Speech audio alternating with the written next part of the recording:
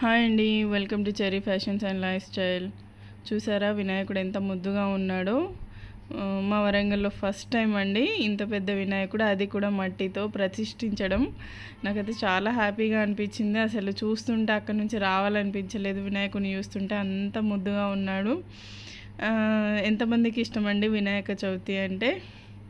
నాకైతే చాలా ఇష్టం అండి. నవరాత్రులు ఎలా గడిచిపోయాయో కూడా తెలియలేదు అసలు.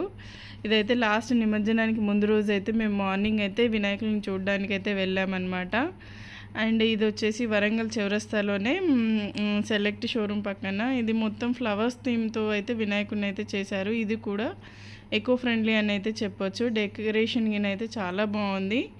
నైట్ టైం వెళ్తే ఇంకా బాగుండేదేమో, కానీ మాకు వీలు కాలేదన్నమాట. వినాయకుడు చూసారా ఎంత ముద్దుగా ఉన్నాడో. అండ్ ఇంకొక వినాయకుడు వచ్చేసి మనకి దీనికి ఆపోజిట్లోనే జంగల్ థీమ్తో అయితే వినాయకుడిని అయితే వాళ్ళు తయారు చేశారండి. మొత్తం ఆకులు, చెట్లు, కొమ్మలతో అయితే మొత్తం డెకరేషన్ చేశారు. అండ్ అటు ఇటు చిన్నగా వాటర్ పౌండ్స్ అరేంజ్ చేసి అందులో ఫిషెస్ వేశారు. మధ్యలో ఇలా ఫౌంటైన్.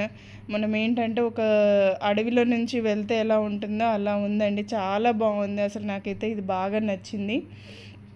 మెయిన్ వాళ్ళ ఉద్దేశం ఏంటంటే మనం మన పర్యావరణాన్ని రక్షించుకుంటే, కాపాడితే ఆటోమేటిక్గా మనం అంటే we will be in the safer side అని అయితే చెప్పవచ్చు.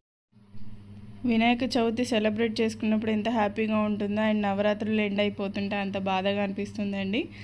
వినాయకుడి నిమజ్జనం టైంలో అయితే ఆటోమేటిక్గా టీయర్స్ అయితే వస్తాయి. ఏంటో ఏమో తెలియదు, కానీ చాలా బాధేస్తుంది. అండ్ ఎంతమందికి ఈ ఫీలింగ్ ఉంటుందో నాకు కామెంట్స్లో తప్పక చెప్పండి.